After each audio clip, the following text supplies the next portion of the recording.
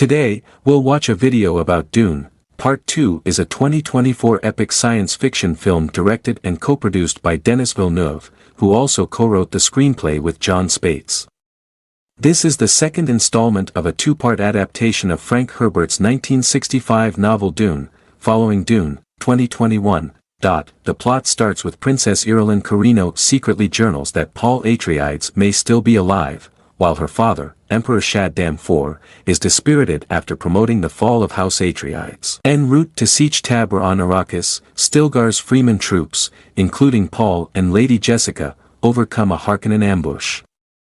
At the siege, suspicions arise about Jessica and Paul being spies, though some Freemen have faith in them, believing in the prophecy of a mother and son bringing prosperity to Arrakis. Stilgar informs Jessica their Reverend Mother is dying, convincing Jessica to replace her by drinking the water of life, a poison fatal for males and the untrained. She transmutes the poison and by doing so, survives and inherits the memories of every female ancestor in her lineage. Unbeknownst to anyone but her and Paul, Jessica is pregnant. The water of life prematurely awakens her daughter's mind. Following this, Jessica has spiritual conversations with Alia in her womb, believing that those in northern Arrakis must be convinced first of the prophecy, starting with the weak-minded. Chani and her friend Shishakli believe the prophecy is false. But when Paul makes a speech about not seeking power and wanting only to fight alongside them, Chani develops respect for him.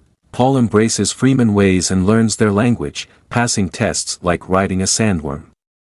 He forms a romantic relationship with Chani, becomes a Fedaykin fighter, and assists raids on Harkonnen spice harvesters, earning the Freeman title, Muad'Dib Yusul. Jessica spiritually guides his ascent and thereby fuels the religion in which she has become prominent. Glossu Rabban, whose grip on spice production has been slipping, intensifies raids on the Freeman to please his uncle, Baron Vladimir Harkonnen.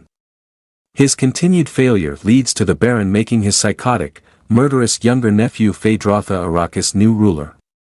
Margot Fenring, a Bene Gesserit sent by the Reverend Mother Gaius Mohiam, seduces Fade to secure his genes should Paul's bloodline be unsalvageable. Jessica completes her religious quest in the north before traveling south to unite with Freeman fundamentalists.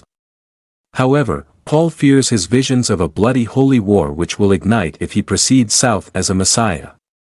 Remaining in the north, he reunites with Gurney Halleck, who joins spice smugglers after the Atreides' downfall and leads Paul to House Atreides' atomic stockpile. Fade's troops attack Siege Tabr, killing Shishakli and forcing the survivors, including Paul, to journey south, where Jessica learns that the water of life is a liquid excreted by adolescent sandworms once drowned. Against Chani's wishes, Paul consumes the water of life. He falls into a coma but is reawakened by Chani with a clearer sense of the past and future, seeing a vision of Alia and realizing the Baron is his grandfather. Southern Freeman leaders hope for Paul to challenge Stilgar for leadership, but Paul refuses, instead proving himself by revealing the past histories of Freeman he doesn't know. Finally accepting his messianic destiny, Paul declares himself the Lisan al-Gaib, and assumes full power over the Freeman. He challenges the Emperor, who arrives on Arrakis with Irulan, Mohiam, and his Sardaukar troops. At the Emperor's staging ground, he chastises House Harkonnen for their failure to end the Freeman threat. Paul's forces surround and attack the staging ground. Riding sandworms, the Freemen overpower Sardaukar forces and breach the defenses. Paul enters the throne room, kills the Baron, and orders the Emperor and others to be transported to the planet's capital city.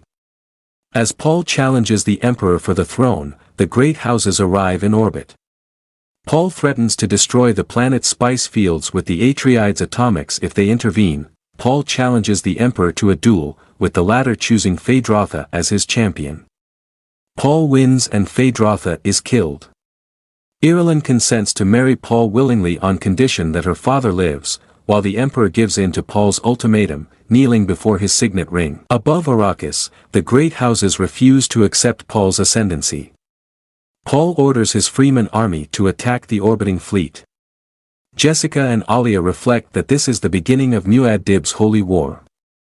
Upset by Paul's actions, Chani flees on a sandworm. Thank you for watching the full video. Join us for epic tales, intimate dramas, and thought-provoking masterpieces that resonate with our souls.